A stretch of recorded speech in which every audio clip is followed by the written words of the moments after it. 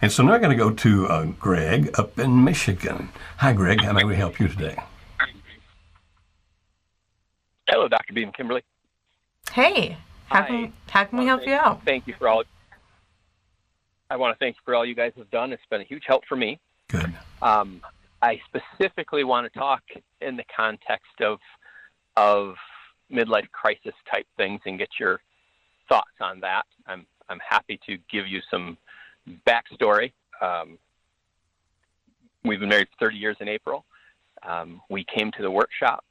I've put a lot of time into your videos and learning and working on pies, and I've seen good results, and my wife has commented that she's seen good results.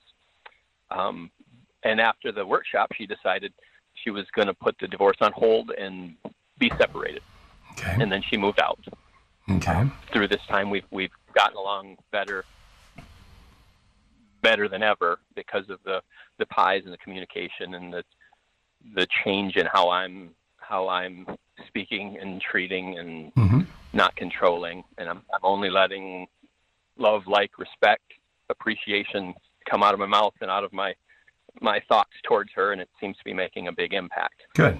However, at the holidays, she took her ring off, and I asked her about that, and she said that she was baking and needed to take it off.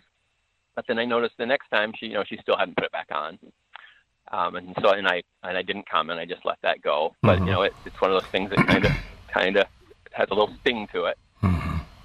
And she, when we do talk, and only if she takes the conversation that way, she'll make a comment that she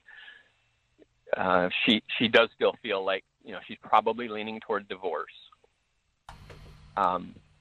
There wasn't cheating. There wasn't abuse.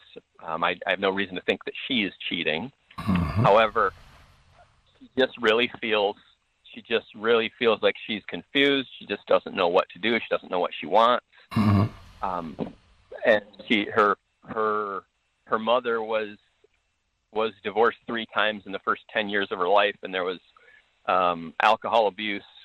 And there was physical abuse toward the mother, and she witnessed some of this stuff. And she's been a great mother and a great wife, and I can't say enough good things about her. Okay. If I may ask, you say you're married 30 years. How old is she? If I may ask, how old is your wife? Just turned 50. Okay. We were married at 20. Has there been anything in the last year or so that she would have perceived to be a major loss or a big loss, like a friend died, or she lost a job, or something that she expected to happen didn't happen? Any kind of a thing in the last year or so that she would see as a loss? We sold our businesses 2 years ago, and our kids grew up and moved out, and so there's been change. But we've traveled and had more comfortable life. So you'd think it was better, but there definitely was the exit of the children, and then she had medical condition with her that was a concern for a while, but it seems to have not been anything. And that occurred within the last year or so as well, the medical condition? Yes. Okay. All right, so you talked about some three major lifestyle changes. One, you sold your businesses, which means you're doing things differently. Even though you started traveling, you're doing things differently.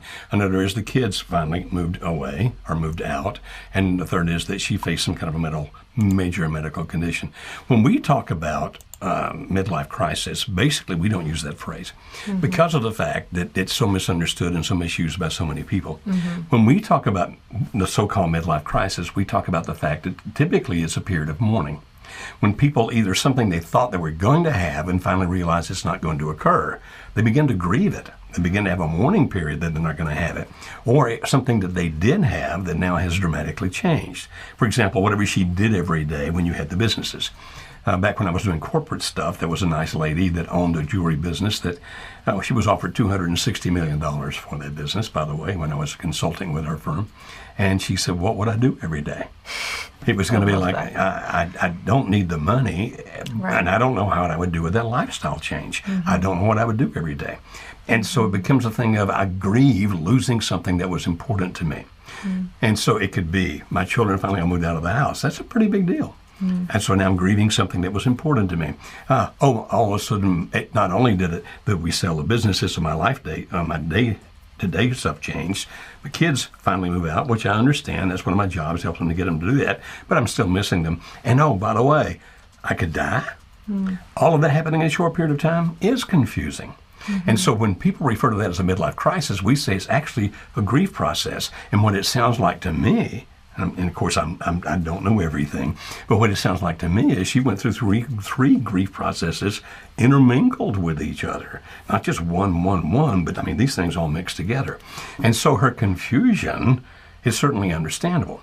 Now, I admire the fact that you are doing what you're doing and you're being there for her. I think that is awesome. You say, well, how do I do this? If there's any way, then you help her grieve. Now, did he say she did or did not still live with him? She does not still live there, but Okay. they've been spending time together. Spending time together. You say, well, how do I help her grieve? This is the kind of thing where that you could ask a friend of yours who is a psychologist, a counselor, has some kind of background, how do I help her grieve? Or I would suggest this. Now, it's going to sound weird, but I'm actually going to refer you to somebody else, and we rarely do that.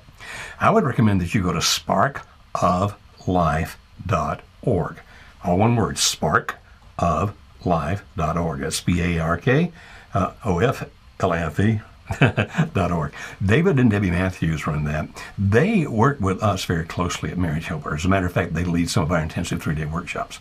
And if indeed you can get your wife to talk to either David or Debbie and consider going to one of their 3-day intensives that's about grief, in my opinion, that's going to help you as much as anything. Now, we believe in our workshop, and I'm so glad that you came to the workshop, and I'm glad that you're doing better because of the workshop in many ways. But this grief thing, as you know, we don't really cover in our grief workshop because it's in our marriage workshop. We don't cover the grief stuff because it's so specific. And so all of you guys out there, if you have a spouse that's grieving over something, particularly if you think they're going through this midlife crisis, if they're grieving over something, go to sparkoflife.org. Now, their workshops are much more limited in size, and so you don't want to waste any time going there. We can put 25 to 28 couples in one of our workshops. Theirs are much smaller than that. And so if you're going to get into theirs, you need to contact them right away. And you can talk to either David or Debbie. They're awesome people.